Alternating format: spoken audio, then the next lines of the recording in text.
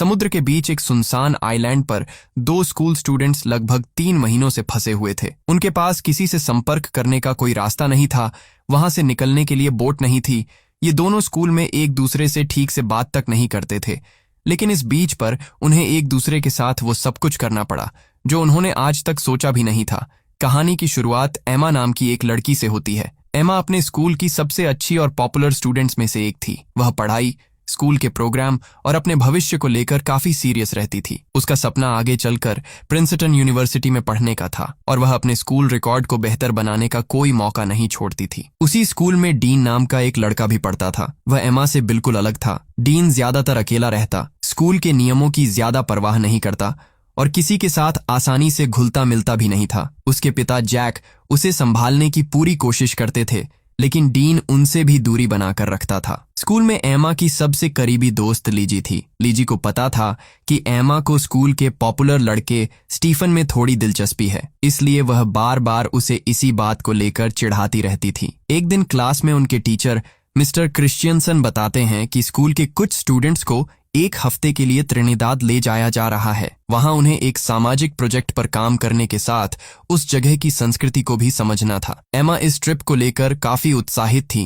क्योंकि इससे उसका स्कूल रिकॉर्ड और बेहतर हो सकता था। डीन भी इस ग्रुप का हिस्सा था, लेकिन वह खुद वहां जाने में कोई खास दिलचस्पी नहीं रखता था। लंच के समय एमा की नजर डीन पर पड़ती है, जो एक छोटे चाकू से सेब काट रहा था। तभी एक टीचर उसके पास आकर स्कूल में चाकू लाने के लिए उसे डांटती है और प्रिंसिपल के ऑफिस में ले जाती है। लीजी डीन का मजाक उड़ाते हुए कहती है कि शायद उसके पिता ने इन्फ्लुएंस लगाकर उसे दोबारा इस ट्रिप में जगह दिलवाई है। अगली सुबह सभी स्टूडेंट्स स्कूल के बाहर इकट्ठा होते हैं। डीन आखिरी समय तक जाने के लिए तैयार नहीं था, लेकिन जैक उसे समझाते हैं कि इतनी मुश्किल से उसे दोबारा ट्रिप में शामिल किया गया है, इसलिए वह इस मौके को बर्बाद न करे। डीन मजबूरी में बस में बैठ जाता है और कुछ समय बाद पूरा ग्रुप त्रिनिदाद पहुंच जाता है। होटल पहुंचने के बाद टीचर्स सभी को बताते हैं कि आज वे आराम कर सकते हैं, लेकिन अगली सुबह से उनका प्रोजेक्ट शुरू हो जाएगा। बाकी स्टूडेंट्स पूल में मस्ती करने चले जाते हैं। एमा अपने दोस्तों और स्टीफन के साथ होती है, जबकि डीन अकेला बालकनी से सबको देख रहा था। उसी शाम लिजी एमा को बताती है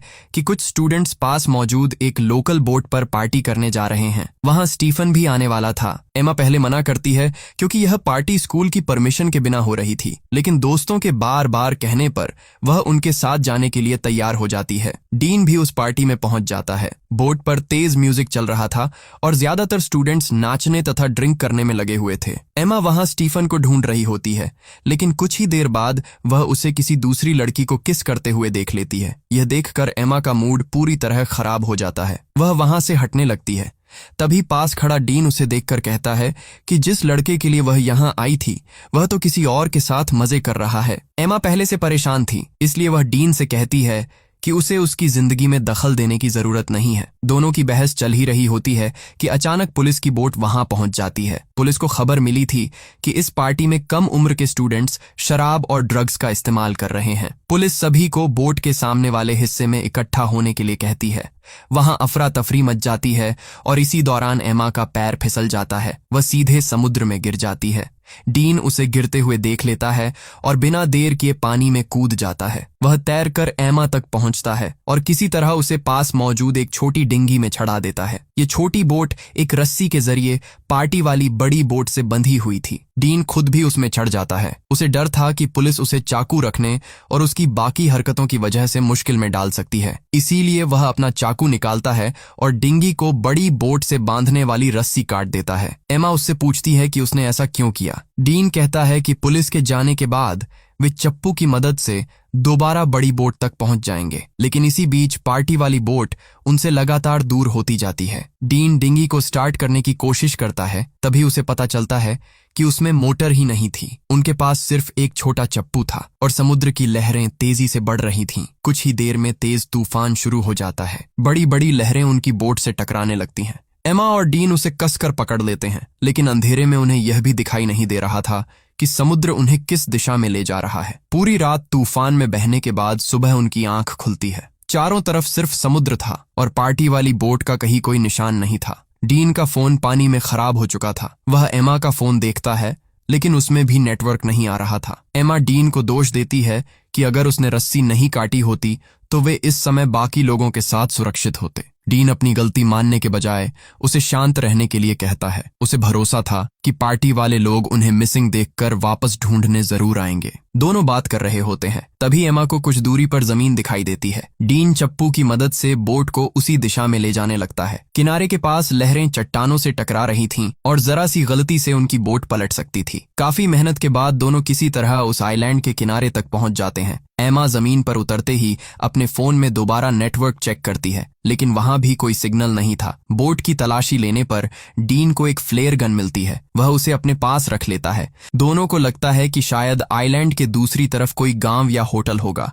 इसलिए वे जंगल के अंदर रास्ता ढूंढने निकल जाते हैं। दूसरी तरफ होटल में पिछली रात की पार्टी का सच सामने आ चुका था। टीचर्स सभी स्टूडेंट्स की अटेंडेंस लेना शुरू करते हैं। तभी लिजी बताती है कि एमा रात से होटल वापस नहीं आई है। पहले उसे लगा था कि एमा शायद किसी दूसरे दोस्त के कमरे में होगी, इसलिए उसने किसी को नहीं बताया। अटेंडेंस पूरी होने पर पता चलता है कि डीन भी वहां मौजूद नहीं था। पुलिस पार्टी वाली बोट पर मौजूद स्टूडेंट्स से पूछताछ शुरू करती है। कुछ लोगों ने एमा को पानी में गिरते और डीन को उसके पीछे कूदते देखा था, लेकिन उसके बाद किसी ने दोनों को वापस बोट पर आते हुए नहीं देखा। अब पुलिस को शक हो जाता है कि वे समुद्र में कहीं फंस गए हैं। यह खबर दोनों के परिवारों तक पहुंचती है। एमा की मां बारबरा, उसके पिता फील और डीन के पिता जैक तुरंत स्कूल पहुंचते हैं। सभी प्रिंसिपल और टीचर्स से जवाब मांगते हैं, लेकिन उस समय किसी को यह भी नहीं पता था कि एमा और डीन समुद्र में किस दिशा में बहकर गए होंगे। उन्हें ढूंढने के लिए सर्च ऑपरेशन शुरू कर दिया जाता है। उधर एमा और डीन कई घंटों तक जंगल में चलते रहते हैं। रास्ते में उन्हें एक वाटरफॉल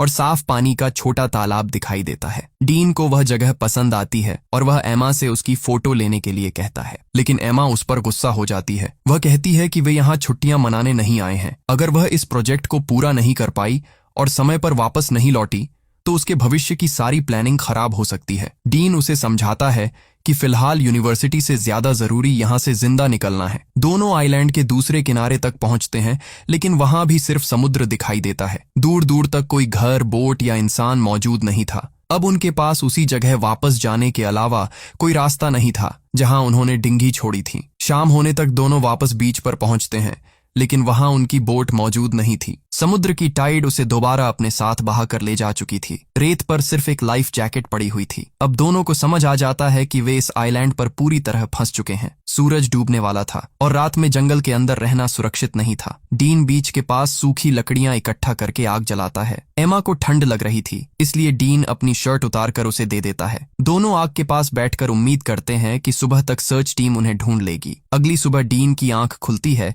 तो एमा वहां मौजूद नहीं होती। वह उसे ढूंढते हुए बीच पर पहुंचता है, जहां एमा रेत और बड़ी लकड़ियों की मदद से SOS लिख रही थी। एमा कहती है कि अगर कोई प्लेन या हेलीकॉप्टर ऊपर से गुजरा तो यह निशान देखकर उसे पता चल सकता है कि आइलैंड पर कोई फंसा हुआ है। इसके बाद दोनों अपनी जरूरत की चीजों पर ध्यान देना शुरू करते हैं। वाटरफॉल की वजह से उनके पास पीने का साफ पानी था, लेकिन खाने और रहने का इंतजाम अभी भी करना था। डीन जंगल से बड़ी पत्तियां और लकड़ियां लाता है। एमा भी उसकी मदद करती है और दोनों मिलकर बीच के पास एक छोटी झोपड़ी तैयार कर लेते हैं। कुछ समय बाद उन्हें केले और दूसरे फल मिल जाते हैं। डीन समुद्र से मछलियां पकड़ने की कोशिश करता है, जबकि एमा SOS के निशान को और बड़ा बनाती है। शुरुआत में दोनों के बीच लगभग हर बात को लेकर बहस होती थी। एमा चाहती थी कि उनका पूरा समय रेस्क्यू के सिग्नल तैयार करने में लगे, जबकि डीन का मानना था कि उन्हें सबसे पहले लंबे समय तक जिंदा रहने का इंतजाम करना चाहिए। दिन बीतने के साथ एमा को समझ आने लगता है कि डीन सिर्फ स्कूल का केयरलेस लड़का नहीं था। मुश्किल हालात में वह उससे ज्यादा शांत रहता और कई ऐसी चीजें जानता था जो वहां उनके काम आ रही थीं। डीन भी पहली बार एमा को उसकी स्कूल वाली पॉपुलर इमेज से अलग देख रहा था। एमा शिकायत जरूर करती थी, लेकिन वह हर काम में उसका साथ भी देती थी। एक दिन एमा वाटरफॉल के पास अकेली पानी ले रही होती है। तभी उसे झाड़ियों के पीछे कुछ हिलता हुआ महसूस होता है। उसे लगता है कि कोई उसे देख रहा है। वह घबराकर वापस झोपड़ी के पास चली आती है और डीन को पूरी बात बताती है। डीन कहता है कि वह कोई छोटा जानवर भी हो सकता है, लेकिन एमा को यकीन था कि उस आइलैंड पर उनके अलावा कोई और भी मौजूद है। उधर सर्च टीम्स समुद्र के बड़े इलाके में दोनों को ढूंढ रही थीं। पुलिस को उनकी छोटी डिंगी भी मिल जाती है, लेकिन उसमें कोई मौजूद नहीं था। एमा और डीन के पेरेंट्स अधिकारियों पर सर्च जारी रखने का दबाव बना रहे थे। जैक एक प्राइवेट हेलीकॉप्टर हायर करने की बात करता है, क्योंकि उसे लगने लगा था कि सिर्फ ऑफिशियल सर्च के भरोसे बैठना सही नहीं होगा। आइलैंड पर समय गुजरता रहता है। गर्मी की वजह से एमा अपनी फुल पैंट्स को काटकर शॉर्ट्स बना लेती है। दोनों अपनी झोपड़ी को भी पहले से मजबूत कर लेते हैं। रात में वे एक ही शेल्टर के अंदर सोते थे। शुरुआत में एमा डीन से दूरी बनाकर रखती थी, लेकिन अब उसके आसपास होने से उसे सुरक्षित महसूस होने लगा था। एक शाम दोनों जंगल में आगे जाते हैं, तभी उन्हें जमीन पर एक इंसान की खोपड़ी दिखाई देती है। एमा उसे देखते ही डर जाती है। एमा को लगता है कि यह इंसान भी कभी उनकी तरह इस आइलैंड पर फंसा होगा और मदद का इंतजार करते करते यही मर गया। वह डर कर कहती है कि कुछ समय बाद उनकी हालत भी ऐसी ही हो सकती है। डीन उसे समझाता है कि बाहर उनके परिवार और पुलिस उन्हें ढूंढ रहे हैं। इसके अलावा वे यहाँ पूरी तरह अकेले नहीं हैं, क्योंकि उनके पास एक दूसरे का साथ है। इसी दौरान दोनों को आसमान से एक प्लेन की आवाज सुनाई देती है। वे तुरंत खुली जगह की तरफ भागते हैं। डीन एमा के बैग में रखी फ्लेयर गन ढूंढता है, लेकिन गन वहां मौजूद नहीं थी। दोनों आसपास की हर चीज उलट पलट कर देखते हैं, पर उन्हें फ्लेयर नहीं मिलती। वे बीच की तरफ दौड़ते हुए हाथ हिलाते और चिल्लाते हैं, लेकिन प्लेन काफी ऊंचाई पर था। कुछ ही देर में वह उनकी नजरों से दूर चला जाता है। इतने दिनों बाद मदद उनके बिल्कुल पास से निकल गई थी, लेकिन वे उसे सिग्नल नहीं दे पाए। एमा खुद को संभाल नहीं पाती और रोने लगती है। उसे यकीन होने लगता है कि अब कोई उन्हें बचाने नहीं आएगा। डीन उसे शांत करने की कोशिश करता है। इसी इमोशनल मोमेंट में दोनों पहली बार अपनी फीलिंग्स को स्वीकार करते हैं और उस रात उनका रिश्ता सिर्फ दोस्ती तक सीमित नहीं रहता। अगली सुबह एमा जागती है तो डीन झोपड़ी में मौजूद नहीं था। प्लेन खो देने के बाद वह पहले से ही डरी हुई थी, इसलिए उसे लगता है कि कहीं डीन भी उसे छोड़कर तो नहीं चला गया। वह उसे पुकारते हुए जंगल के अंदर जाती है। कुछ दूरी पर डीन जमीन में एक गड्ढा खोद रहा होता है। वह उस स्केलेटन को दफनाने के लिए ग्रेव तैयार कर रहा था। एमा जल्दी में उसकी तरफ बढ़ती है, लेकिन रास्ते में गिरकर उसके घुटने पर चोट लग जाती है। डीन तुरंत उसके पास आता है और उसे वाटरफॉल के पास ले जाकर घाव साफ करता है। यही डीन पहली बार एमा को अपनी माँ के बारे में बताता है। बचपन में डीन अपनी माँ के साथ कार में सफर कर रहा था। उसकी एक गलती की वजह से उसकी माँ का ध्यान सड़क से हट गया और कार का एक्सीडेंट हो गया। उस हादसे में उसकी माँ की मौत हो गई। भले ही डीन उस समय बच्चा था, लेकिन वह आज तक खुद को उस एक्सीडेंट का जिम्मेदार मानता था। इसी गिल्ट की वजह से उसने लोगों से दूरी बनानी शुरू कर दी। वह किसी के ज्यादा करीब नहीं जाना चाहता था, क्योंकि उसे लगता था कि उसके कारण लोग हर्ट हो जाते हैं। एमा पहली बार डीन की असली परेशानी समझ पाती है। कुछ देर बाद बारिश शुरू हो जाती है। डीन माहौल को हल्का करने के लिए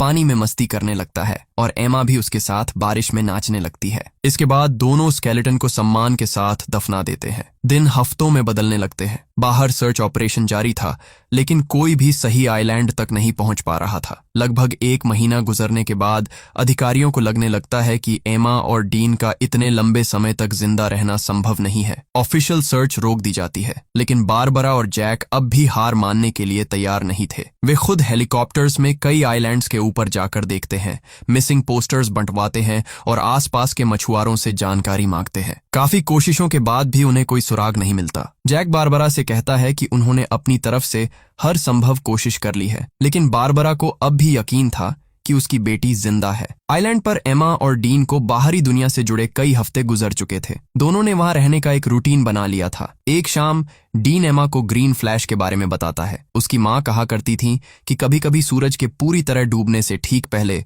होराइजन पर एक पल के लिए हरे रंग की रोशनी दिखाई देती है। डीन ने आज तक उस रोशनी को नहीं देखा था। दोनों कई शाम साथ बैठकर सनसेट देखते हैं, लेकिन उन्हें वह ग्रीन फ्लैश दिखाई नहीं देता। यहाँ दोनों को पहली बार स्कूल, लोगों की एक्सपेक्टेशंस और अपनी पुरानी प्रॉब्लम से दूर रहने का मौका मिला था। फिर भी एमा पूरी तरह घर लौटने की उम्मीद छोड़ने के लिए तैयार नहीं थी। वह अपने पेरेंट्स और छोटी बहन को बहुत याद करती थी। एक शाम दोनों दोबारा सनसेट देख रहे होते हैं। जैसे ही सूरज होराइजन के पीछे जाता है, एक पल के लिए उन्हें हरे रंग की रोशनी दिखाई देती है। डीन समझ जाता है कि यही वह ग्रीन फ्लैश था जिसके बारे में उसकी माँ उसे बताया करती थी। वह काफी देर तक उस जगह को देखता रहता है। एमा उसके पास बैठी थी और पहली बार डीन को अपनी माँ से जुड़ी किसी याद में दुख की जगह खुशी महसूस हो रही थी। कुछ दिन बाद दोनों जंगल में फल इकट्ठा कर रहे होते हैं।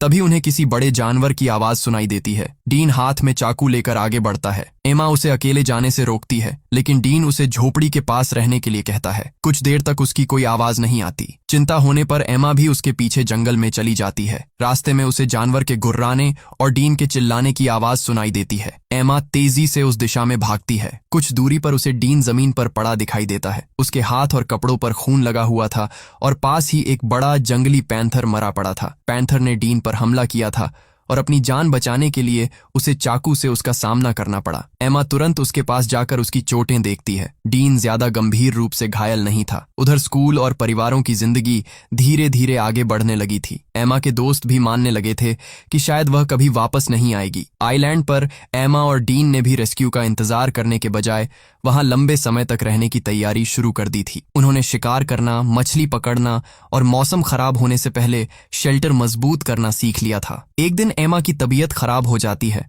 और उसे उल्टियां होने लगती है। डीन घबराकर पूछता है कि कहीं वह प्रेग्नेंट तो नहीं है। एमा कहती है कि ऐसा नहीं है। डीन को लगता है कि शायद पिछली रात खाई हुई फिश खराब थी, क्योंकि उसकी स्मेल भी थोड़ी अजीब थी। कुछ देर बाद दोनों अपनी झोपड़ी में आराम कर रहे होते हैं, तभी अचानक ऊपर से उनकी कुछ गायब चीजें नीचे गिरने लगती हैं। दोनों पेड़ की तरफ देखते हैं। वहां एक बंदर बैठा हुआ था। असल में एमा को पहले जिस चीज के आसपास होने का एहसास होता था और उनकी चीजें बार बार गायब हो रही थीं, उसके पीछे यही बंदर था। उसके हाथ में वही फ्लेयर गन भी थी जो प्लेन आने वाले दिन अचानक गायब हो गई थी। एमा एक केला उठाकर बंदर को दिखाती है। बंदर केले के बदले फ्लेयर गन नीचे फेंक देता है। उसी समय उन्हें आसमान से हेलीकॉप्टर की आवाज सुनाई देती है। दोनों बिना एक पल गंवाए फ्लेयर गन लेकर बीच की तरफ भागते हैं। यह एक साइट सीइंग हेलीकॉप्टर था जो उनके आइलैंड के पास से गुजर रहा था। एमा फ्लेयर गन को लोड करती है और आसमान की तरफ फायर कर देती है। लाल फ्लेयर हवा में ऊपर जाती है। हेलीकॉप्टर के पायलट की नजर उस रोशनी पर पड़ती है। वह हेलीकॉप्टर को मोड़कर